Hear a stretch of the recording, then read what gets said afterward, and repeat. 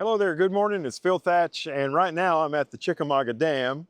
And this is my second time out with my new used 1.4 teleconverter. And to be honest with you, I'm struggling to get a sharp shot with it.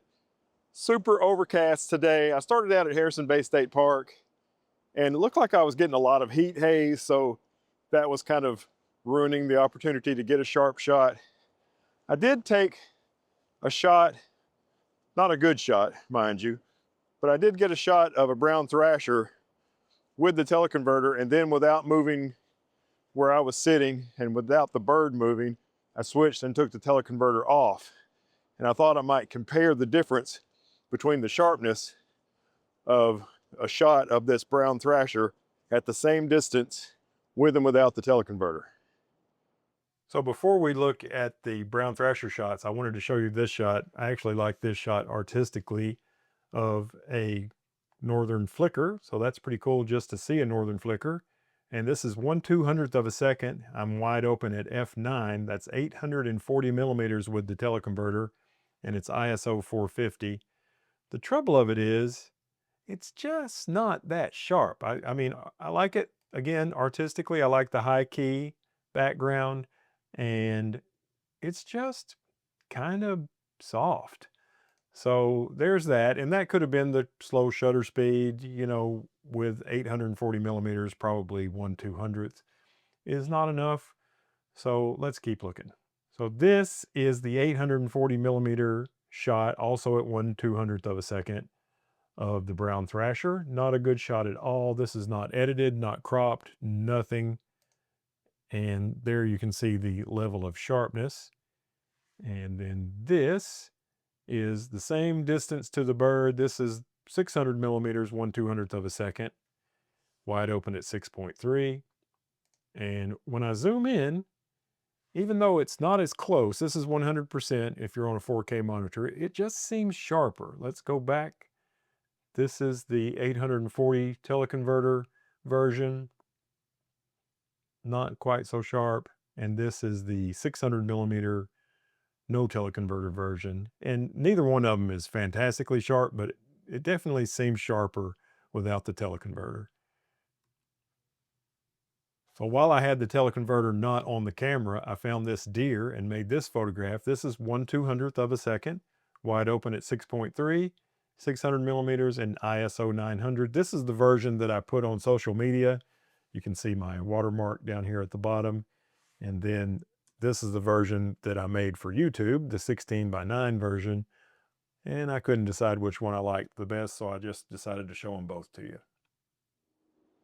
So then I came here to the Chickamauga Dam, and I thought it's pretty easy to get a shot of a great blue heron on the bank here, and they usually don't move if you don't move. So I did the same thing I did with that brown thrasher.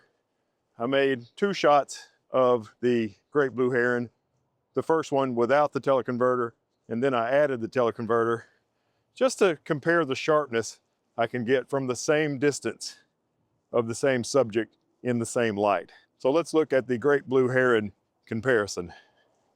So this is an unedited shot of the great blue heron at 600 millimeters with no teleconverter. This is 1/320th of a second. And this is the version with the teleconverter. I sped my shutter speed up to 1/500th just in case 1/320th wasn't enough shutter speed for 840 millimeters. And let's take a look up close.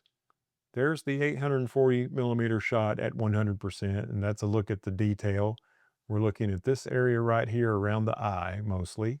That's where I always focus. And now this is the 100% version without the teleconverter, and it just is sharper. It's just sharper without the teleconverter. And this camera has so much resolution that I think it'd make just as good, if not a better shot, just to crop it some instead of using the teleconverter. But, I don't know. The jury's still out on that.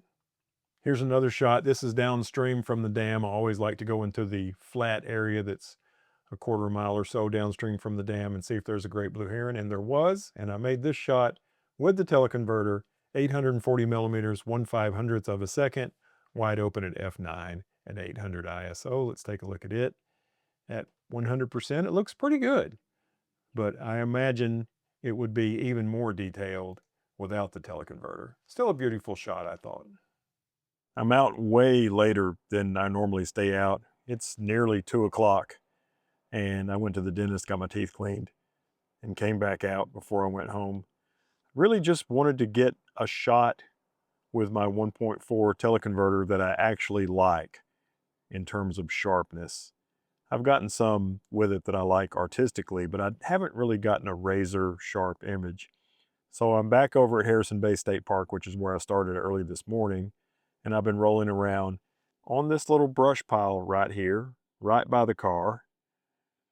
I managed to get a shot that I actually like and I think is good and sharp. A beautiful little Carolina wren filling the frame. I was only 15 feet from it. Could have made a beautiful shot without the teleconverter with this 600mm lens. I might had to have cropped a little bit more, but I'm not sure if this teleconverter is really something that you need when you have this 600mm lens, because in order to get a really nice razor sharp image, my experience is you need to get crazy close, and you can get a great shot at that distance without the teleconverter. So let's take a look at the Carolina wren at 840mm in f9 with the 600 PF and the 1.4 TC. Before we look at the Carolina wren, I thought I'd show you this shot that I made. It's kind of a backlit shot of a northern mockingbird. This is with the teleconverter, 840mm f9, 1/640th of a second. It's pretty sharp. It's not perfectly sharp. It doesn't have as much detail, I don't think, as it might if I'd made this shot without the teleconverter. And now here's the Carolina wren. This is the first shot that I've made with the teleconverter that I really like from a sharpness point of view. But again, I'm only 15 feet from this bird. I could have made a fantastic shot of this bird without the teleconverter. And this is 840mm f9, 1/500th of a second, and 2500 ISO. And here's another one. And here's another one with the exact same settings, 1/500th of a second, 840mm. And there is another one. This is the one I shared on social media. So I don't know about the teleconverter. The jury is still out for me. I'm glad I bought it just so I can say now I know what it's like with the teleconverter. Thanks for watching. Have a great day. Subscribe and hit the bell, hit thumbs up, all that stuff. And I hope to see you in my next video. Bye-bye.